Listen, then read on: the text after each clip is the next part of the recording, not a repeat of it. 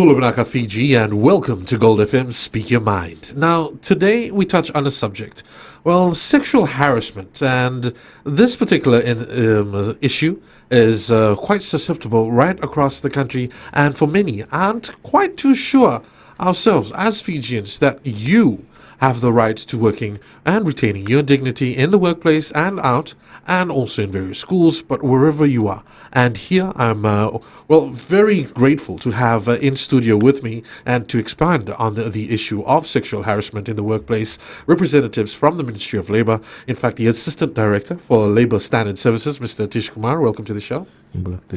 And also Senior Labour Officer, Ms. Davina Rao. Welcome to the show.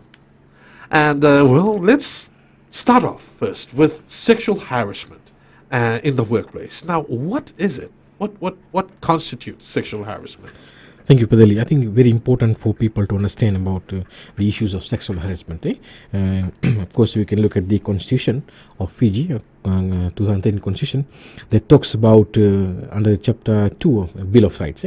Talks about employment relations, and in that we say that every person has got the right for fair employment practice, including humane treatment and proper working condition. Now, when we look at the issue of sexual harassment, it's very important for people to understand that sexual harassment is not only about when a person physically goes to someone, of course, or in situations where a person may touch someone. That's sexual harassment. Well, that's quite often the misconception. Exactly.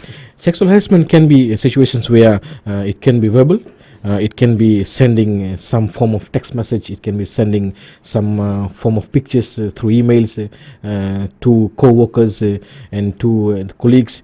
That can also constitute sexual harassment. Now, in terms of the issue of sexual harassment, there are two levels. One is, of course, we say that unequal power between the employee, of course, and sometimes the boss, or we can say the supervisor and the employee. And then the other one is, of course, between peers, where we can say that the peer group, where people in a factory or in any environment, they're working together, and then there is some form of, we can say, some jokes which your colleague or your supervisor or somebody who has shared with you, you don't like it, and of course if the situations where a worker raises that complaint, then the employers are required to have the policy in place and how to address that. Now, it's very important for us to understand that it is not that any issue of sexual harassment where we can see there is a criminal element involved, it will be dealt by the ministry. No, any issue of criminal element is dealt by the police under the crimes decree. So where is the line with the labor? That's the line. Exactly. In terms of the issues of sexual harassment, workers can raise an employment grievance to us, where workers can complain in terms of the issues which they have raised has not been resolved. Any issue that is in terms of criminal nature is referred to police by our ministry and also by the workers for them to investigate. Okay. And they also have the option of reporting it to the Fiji Human Rights and Anti-Discrimination they do have. Commission. And now with this particular definition of sexual harassment, still, like I said, misconceptions. Now, even the term, like just saying, as we know, special relationships here in Fiji, the Pacific Islands, are quite rampant. And these specific special relationships, say for instance, as in the Tauke phrase, say the Tauvu, or these types of relationships.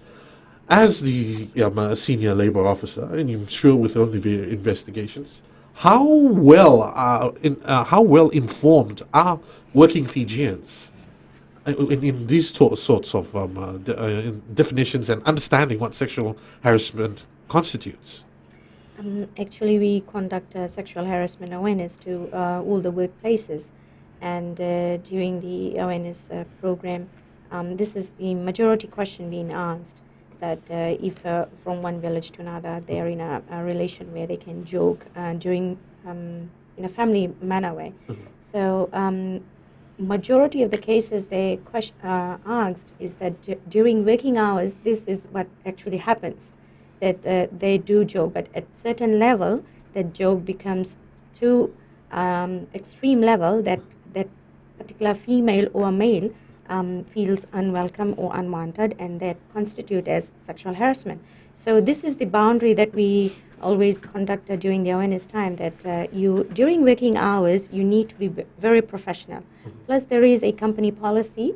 Every organization must have a sexual harassment policy at workplaces, and that policy is basically a guideline to be followed by every worker, including the employer itself, that these are the demarcation where you need to behave.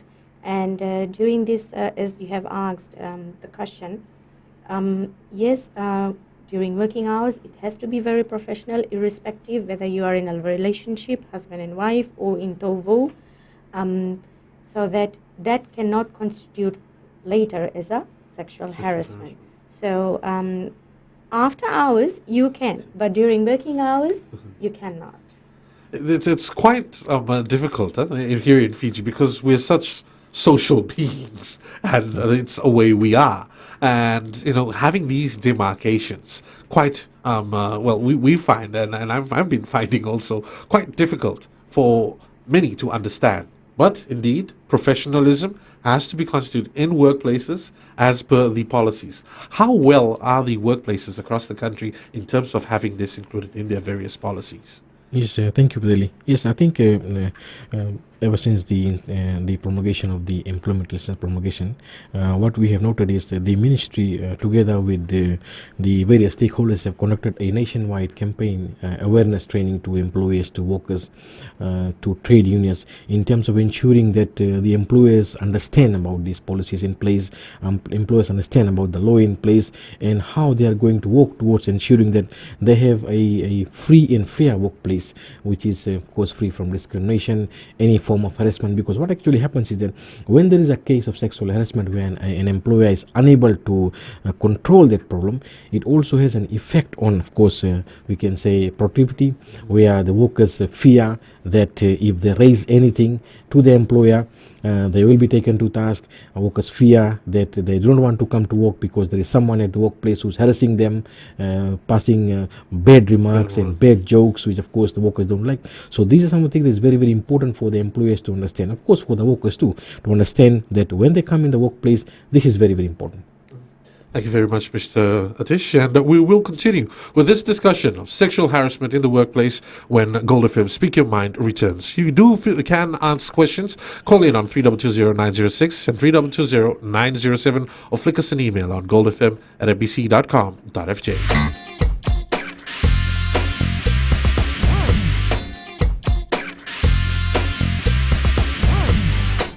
Welcome back to Gold FM Speak Your Mind, and we're speaking about an issue which also asks for us for behavior and attitude change amongst many working Fijians that needs to also constitute that of respecting the dignity of all working Fijians and also looking at the rights of the worker. Sexual harassment in the working place. And I have with me representatives from the Ministry of Labour, and we continue our discussion on the defining sexual harassment, but also looking at what happens when you receive complaints. Either of you can answer that question. Thank you, Pradeli. Yes, when a worker lodges a complaint with our ministry, in terms of with the Ministry of Employment, in terms of sexual harassment issues, worker lodges in terms of issues where they may state that because they have raised an issue, they have been terminated. So what happens then when the worker is terminated? Now what happens is that when the worker is terminated, while raising the issue, and of course we fill the grievance form, we call it in ER1 form, a grievance form that is filled. It is then given to our mediation services for them to deal with the case in terms of unfair dismissal. Now, where there are situations where the workers do raise grievance with the employer, they are still employed, but then there is no response from the employer. The workers write to the employer, the workers write to supervisor, and certain times what happens is that because there are certain levels where they have to go through, there might be difficulty in getting through. So if the worker has written to the employer and of course there is no response coming from the employer, then of course the worker has, with evidence, they can come to the ministry and lodge a grievance stating that they have written to the employer for them to advise, but the employer has not returned with any positive feedback or any feedback in terms of the issues of the grievance which they have raised.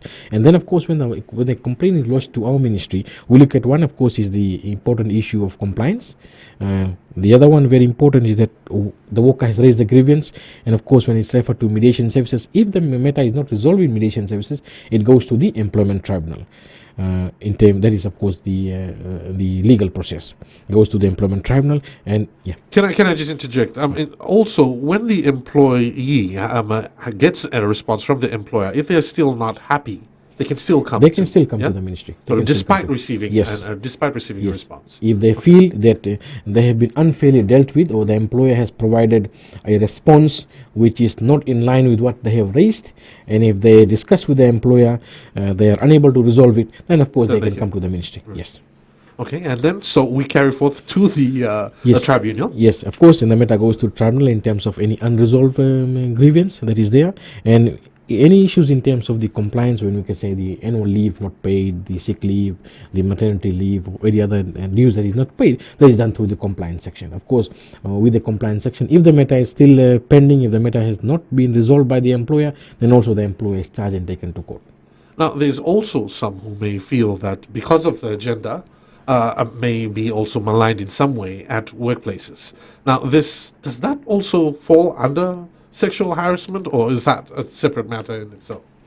In terms of minimum wage terms and condition under the Employment Relations Promulgation in the 10th sectoral and national minimum wage rate, it is totally separate when you look at it, sexual harassment and the other minimum terms and conditions. Mm-hmm. Sexual harassment, as I have said, there are so many outlined stated that categories are touching visual materials, leering, smutting, jokes, all these constitute as sexual harassment. So it is a grievance in terms of sexual harassment. So this is where the employee has a right to either exhaust the grievance procedure with the employer. If it's not solved, then the employee can bring it up to Ministry of Employment. So as an employer's responsibility, it is very important to have a policy, internal written policy, and a guideline, and plus internal grievance procedures. This internal grievance procedures will help every employee to follow what are the steps needs to be followed in order to put forward your grievance procedure. So there is a certain time line that that particular internal grievance procedures needs to be exhausted. So if it's exhausted, nothing has been concluded, and a worker is still not satisfied, yes, the worker can bring forward to Ministry of Labour with all the evidence, whatever that exhaustion period was transpired. So that's the employer's responsibility, having these forms and having these also made known to their employees. Exactly. Yes. And does the ministry assist with the employers in terms of the awareness? Can employers call on the labor on the ministry to come in and speak with their employees? Yes, normally I go and conduct sexual harassment awareness at workplaces, and this is where all the staffs are available, and this is where when I conduct awareness, all the questions are being asked or clarification that needs to be done. So it's not only that we play our part to come to organization and conduct sexual harassment, but as an employer, they need to have at least monthly or quarterly meeting with their own staff to look into those agendas, whether anybody has been harassed or is there any grievance that has been lodged, just to eliminate or try to resolve the matter internally. How small or big a workplace has to be, does that matter? Yes, I think Padili, first workers need to understand that if you look at the constitution, the supreme law of the land, that has actually covered in terms of the employment relations, which says very clearly that, including humane treatment and proper working condition. Now, so it is the responsibility of the employer to ensure that they have a proper working condition. Then, of course, the humane treatment comes in. Now, because with the law that's coming in, the Employment Relations Promulgation, what we have done is we have actually conducted awareness to employees, just like my colleague has said, is awareness to employers and to workers. Now, with this awareness that is coming in, we have seen majority of the employees have actually, for example, if you look at the bigger factories, we can see that we have garment factories, we can see all other factories. They have come up with issues, they have come up with procedures in terms of how to resolve cases. Now, we're not saying that we are not receiving any case. Now we do receive cases that is coming in, but in terms of the issues of sexual harassment, we can say that cases have been, we have not received as many cases compared to the issues in terms of the minimum terms and conditions. Where workers would come in and say that, I have been terminated, or I have been unfairly terminated, all these things. So these are some of the situations that we are trying to deal with. And we're also trying to educate workers that there may be situations where a worker is not raising a grievance because they have a fear with them that they will lose employment. So what we try and tell them is that if you have received, or if you are facing some difficulty in terms of the issues of harassment, please do come into the ministry. You can give a call to the offices and discuss the problem with them. Thank you very much, Mr. Tish. We'll continue again right after this short break. Gold FM, Speak Your Mind, and the issue of sexual harassment in the workplaces.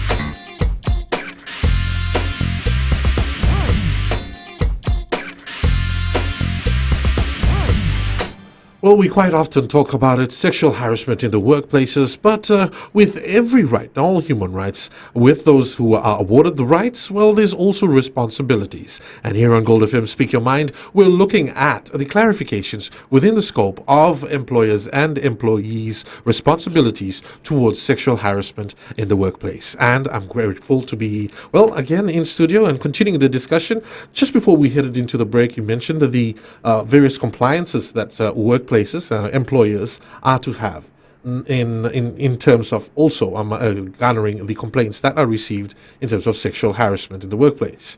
Now, all workplaces, or in certain large workplaces, have to have certain committees or certain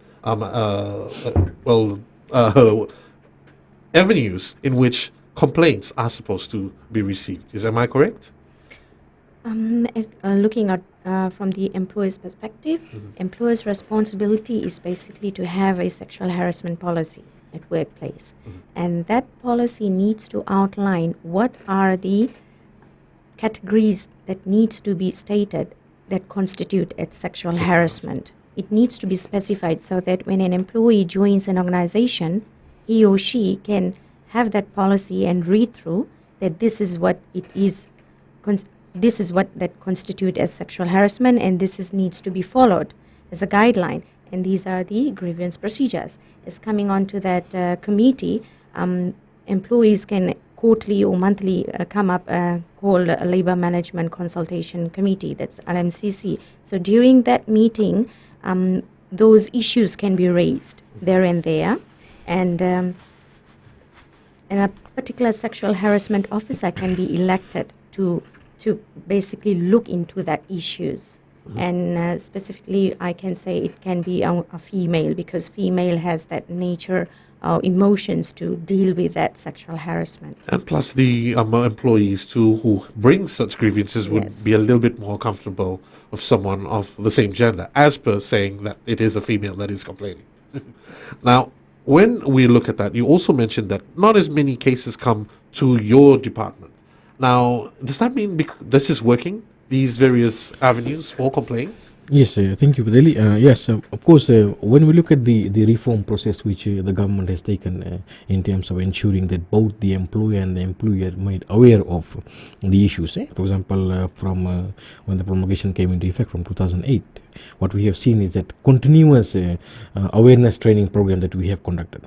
And in that, employers are required by law now to have a policy in place, to have a mechanism in place so that when there is a complaint lodged, they can internally resolve the matter. Now, what we have seen is that with this in place, especially in terms of the bigger factories and bigger workplaces, we have seen that it has been working quite well. Our team has continuously trained these workers. We have also seen that our health and safety team has also train these committees to ensure that all issues, of course, in terms of issue of health and safety, the LMCC team has actually trained in terms of the labor management consultation and cooperation committees to ensure that their grievances are resolved at the shop floor level. Now, this is important because when we preach about the issues of good faith, both the employer and the employee has to sit down and discuss their problem together. Now, issues in terms of the sexual harassment, we have seen that There's been a lot of work done by the NGOs in terms of conducting awareness. We have also seen that the media has also played a very important part in this, in terms of making workers aware their rights and responsibilities. Employers are made aware in terms of what they're required to do. Now, so in that case, we have seen that it has worked quite well. It has worked in terms of ensuring that the workers are made aware and what is important for them. Now, in terms of any issue that is brought to our ministry in terms of grievances, yes, we have mechanism in place, and then workers have brought issues in terms of sexual harassment. We have seen workers have brought issues in terms of the compliance issues on the minimum terms and conditions. So all are dealt together with the compliance section and of course with the mediation services. Okay. I'm going to have to ask, because you have mentioned earlier the line where the department can come and where it becomes criminal charges and where the police also get in. Yeah. Now, in terms of those domestic workers, house house help, so to speak, do you receive any cases of such that of sexual harassment? Have you received in terms of the cases in the last, say, year? Yes, we have received cases in terms of the issues of compliance. We have also noted that the issues, of course, domestic workers are fully covered under the Employment Resistance Promulgation, and in that they have a right to lodge a complaint or raise a grievance. But in terms of the issues related to sexual harassment, we are investigating some of the cases, and of course there are some cases which we see that the worker has actually, there's some criminal element involved in that, and of course that is referred to the Fiji Police Force. So you do the referral? Yes, Yes, yes, we do. Now, how does, say for instance, someone watching at this time in need of such assistance or more information, how do they get in touch in terms of bringing their case to you? Yes, thank you. We have got offices around Fiji. We have got offices in Suva and Singatoka, Nandi, Lotokamba, Lambasa and Sabsabu. And also, of course, we also constantly work with the district offices around Fiji and, of course, with the police officers. And we must thank the DOs and the police officers who are actually based in the districts and, of course, here in Suva in terms of working with us as partners in terms of ensuring that we provide this awareness to the workers. And, of course, the various referral that has been, that comes from the police, of course, comes from the district office. Also, from our ministry, it goes to these departments in ensuring that the relevant laws are complied with. Now, for some of these who don't fall under the big organizations, they also look at, once they do the complaint, once they make a complaint, it becomes a criminal. When it does, if it should fall under the criminal charge or so, how do they get back in terms of, what are the chances of compensation? Now, in terms of the issues of criminal matters, of course, that is purely with the court. The court decides in terms of any issues if, of course, the employer is found guilty or, for that matter, in terms of issues where the court can determine the final outcome of the case. Now, in terms of the issues related to the grievance that worker has raised on unfair dismissal, and of course, the matter goes to the to the mediation services first. And of course, if the worker and the employer are able to settle their grievances within, then of course there is some discussions, and of course in that majority of time we have seen that employers have been able to pay the relevant or the required compensation to the workers in good faith. They have discussed the matter, and of course in situations where they are unable to resolve the grievance, then of course it goes to the employment tribunal. Now, in terms of, I've just been given the signal that we've run out of time again for this segment, but hey, stay tuned because we still continue our discussion here on sexual harassment on workplaces on Gold FM Speak Your Mind. Feel free to also call in on 3220906 and 3220907 with your questions on, and also send in an email at goldfm@mbc.com.fj.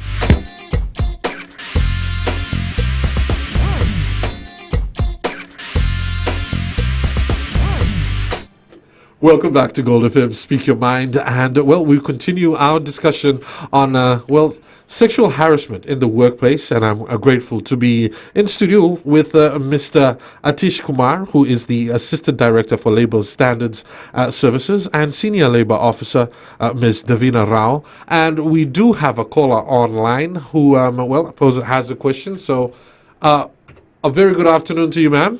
Good afternoon. Now, can you please state your name and where you're calling from? I'm Nancy Wekatawa from Tazira Heights. Now, what is your question?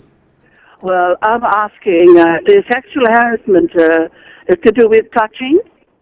If someone touch you, or or a lady touching a man at work, is that sexual harassment?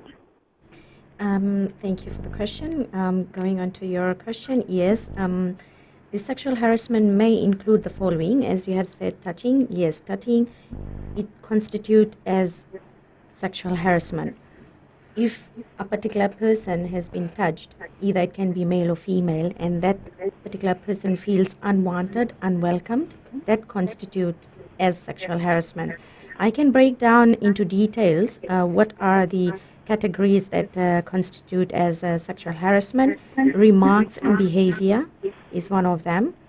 That is sexual harassment. Making sexual gestures, leering, smutty jokes. Leering, basically you keep staring in such a way, and in your mind you are thinking something that is very negative about that person, and the other person feels unwanted, unwelcome. That constitute as sexual harassment.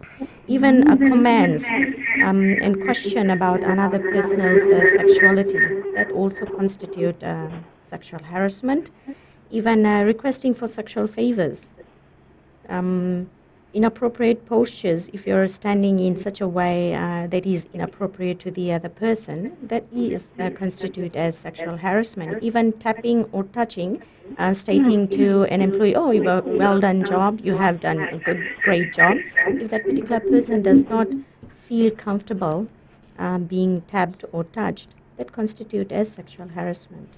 Now, for many, they also do not understand that also some of the, well, not only comments, but emailing, emailing inappropriate emails, anything that someone can feel that is directed at them and they feel uncomfortable about, they also can constitute as sexual harassment. Is that correct? Yes, while working hours, if you have emailed to the other person, or visual materials, texting, Viber message, that all constitute as sexual harassment if the other party does not feel unwelcomed or unwanted.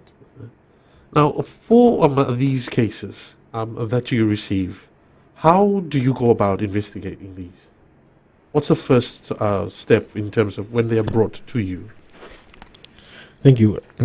In terms of the issues of sexual harassment, when a matter is brought to us, first, of course, there's a screening process that done. One is, of course, any criminal element where we can see that there's a crime being committed, or there's something that must be investigated by police, is referred to the Fiji Police Force. Now, WOCA has the right to lodge a grievance either with the Fiji Human Rights Commission or with the Ministry of Employment, but not at two places together. It can be at other places. And then, of course, when they lodge the issue in terms of the harassment and in terms of the issues on to the Fiji Police Force, they discuss or they deal with that under the crimes decree. Now, in terms of the ministry, we investigate in terms of whether the employer has actually taken necessary measures to ensure that they have shown cause on preventing these forms of sexual harassment, or the employer has actually conducted or provided some training to the workers, or employer has created an environment that, of course, is free and fair. So all these becomes part of the investigation process for the ministry. And of course, when the workers are terminated, they claim that, of course, when they have raised an issue of sexual harassment, they have been terminated by the employer. So that becomes an employment grievance in terms of termination, and of course that goes to the mediation services. And of course, with that, the issue of the compliance comes in, the payment of wages and other dues. The payment, there are certain situations where we can see that people start discriminating on the gender, in terms of on where you come from, in terms of rates of pay, and so all these things are investigated. What happens if the workplace has not done any of these trainings, or has the policy in place, but hasn't bothered to explain to the employees? Of course, if there is a situations where the employer has not taken reasonable steps, and of course the employer can be taken to task in this, where the employer is required by law to ensure that they have some form of training. They are required by law to ensure that the workers are actually advised in terms of the laws and process in place. Are they given time to adhere to these obligations? Yes, of course, the employees has been given time, and of course, the law has come into effect in 2008, and it is important for employers to understand this. What if they you have a complaint, you receive a complaint, and the employers have yet to do these trainings? What happens then? Is there a fine, or do they? We investigate in terms of the issues of compliance. If there's an employer has not complied with the provisions of the law, and of course we have got fixed penalty, that's spot fine. And of course, if the employer is a continuous offence, of course the matter is taken to the employment tribunal. But at the same time, what we're trying to do is trying to ensure that employers and of course workers are both advised on the process and of course trained in terms of the issues of sexual harassment. That's why we've got a training unit that is actually going out and conducting training to the employers, conducting awareness to the employers, trying to ensure that both the workers and the employers are made aware of this law. How are the training units available in all parts of Fiji? Yes. Where the offices are? Yes. And how often are you requested in say, in just in terms of regularity? Is it quite often? Do you have trainings? There are two forms of training we do. One is, of course, we do compulsory labor inspection, where we actually visit the workplace and we try to ensure that we check in terms of the compliance issues at the workplace, in terms of minimum rates of pay, the terms and conditions of employment and the employment and promulgation, also in terms of issues of sexual harassment, also in terms of issues that we can say on health and safety. Now, the other one is, of course, where the employer will request the training department of the ministry for a formal training on issues of sexual harassment, on issues of employment relations promulgation, and issues of health and safety. So all these things, of course, is requested to the employer. And when we conduct inspection, we advise the employers and the workers in terms of the process that is followed. The first investigation, when you go in first, what are you do you inform the employers before, or is it a surprise check? Yes, there are situations where we can see that we discuss with the employers. If we have reasonable, we believe that if there is something that the employer is trying to hide, then of course we can go unannounced and interview the workers. Of course, that is the powers vested through in the employment and promulgation. But in situations where we can see it's a bigger employer, where employer might have some difficulty in that, then of course we inform and discuss with the employers. All right. Well, we'll continue with the issue of sexual harassment and also issues in workplaces right here on Gold FM. Speak Your Mind.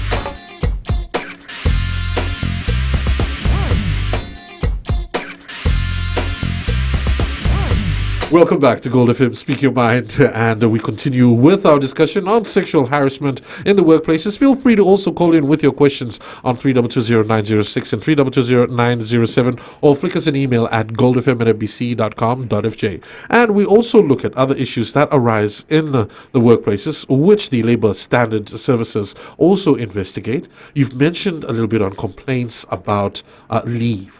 And is this some of the common complaints that the Labour Standard Services receive?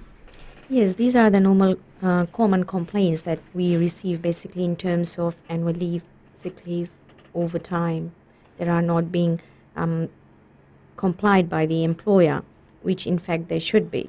So once a complaint has been is received to our Labour Compliance Department, it can be anonymous or it can be physically come to lodge a complaint after they are being terminated. Yes, we conduct investigation. We approach the employer via telephone or we physically visit, and we notify the employer that these are the complaints that we have received, and we would like to check the wage and time records. So this is where the employer produces wage and time records. So we have to basically look at their years of employment period in order to see if they are qualified for the annual leave, maternity leave, sick leave, and plus the overtime. The overtime, then we have to look at the nature of the business that particular organization falls under, because there is 10 sectoral and 1 NMW. So each 10 sectoral has its each terms and conditions, the rates, the overtimes. So, for example, So by law, there are standards that There are each of these standards, sectoral workplaces Regulations. have to adhere to. Okay. Now, what happens when these investigations start and you do identify employers that are not adhering to this? Again, do the fines come in? yes, basically when upon checking the wages and time records, if the employer is non-compliance, there is a fixed penalty issued that is a spot fine, depending on the nature of the discrepancies that the officer finds out. And then the second stage, we take the records back to our office, and the officer will conduct a thorough calculation based on the records and plus on the complaints. And a 7 days notice has been given to the employer, that is called notice of payment. And within that 7 days, the employer has to pay whatever the amount has been calculated by the investigating officer. And if the employer fails to pay, obviously we'll take the matter to tribunal for prosecution for not paying within that 7 days of period. But prior to that, we also give a spot fine also after 7 days has been completed. If the employer fails to do so, then there is another fixed penalty. So for corporation or limited company, it is $1,000, and if it's a sole trader, then it's 500 spot fine for not complying that 7 days of payment. Now, I'm just going to ask roughly, have there been violations of this? Yes, there is. There is? There is. Are there many cases of these? Yes, there is. Is it perhaps from not understanding? Are they not aware, or do some businesses, are some just not adhering to Yes, the Padali, I think what we have seen is with our compliance team is there are some violations from the employers in terms of non-compliance of the promulgation. There are some violation in terms of non-compliance of the minimum rates of pay. But what we have actually seen is that there has been continuous effort from the employers in terms of ensuring that they come up with the minimum standards. There are some situations where we've seen that employers have actually not complied. We issued the fines, they have paid the fines. But what we're trying to tell them is, look, they must ensure that the worker has paid the right rate. That's the basics. The worker is given the pay slip. The worker is provided with, in terms of annual leave, sick leave, maternity leave, bereavement leave. All these things are the requirement by law. It's not that we're just trying to enforce that. That's the requirement of the law that they must provide. Now, in a situation if the employer is not providing that, then of course we have got inspectors going in to conduct awareness to the employers so that they know very well that yes, of course, this is the law and they must comply with. If there is a continuous offense from an employer where the employer has been advised, they have been given in things in the notice in writing for them to comply, if they don't comply, then of course the penalty comes in, where we can say that the employer has been advised but still the employer has not been complying with the terms and conditions. And of course we have got cases where we have seen that employers have been fined, employers have been taken to court. Well, is there apart from this, is there any other issues with regard that many employees, or is there any other issue that the Labour Standard Services wish to bring before we wrap up the show? Yes, basically advise to all employers that they need to comply all the wages regulation 10 sectoral NMW and plus the employment relation promulgation, and advise to all the employers also that if they would like our department or our ministry to come forward to conduct ERP training or sexual harassment awareness, please feel free to call us on 3303 500 or 3306 372. And is there a website that we can also visit in terms of some of these regulations that can they access?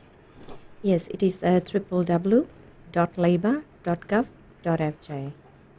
Mr. Kumar? Yes, thank you, Padali. Yes, we're trying to advise the employees and the workers that they must ensure that they understand the continuous reform program which the government is implementing in terms of the employment sector.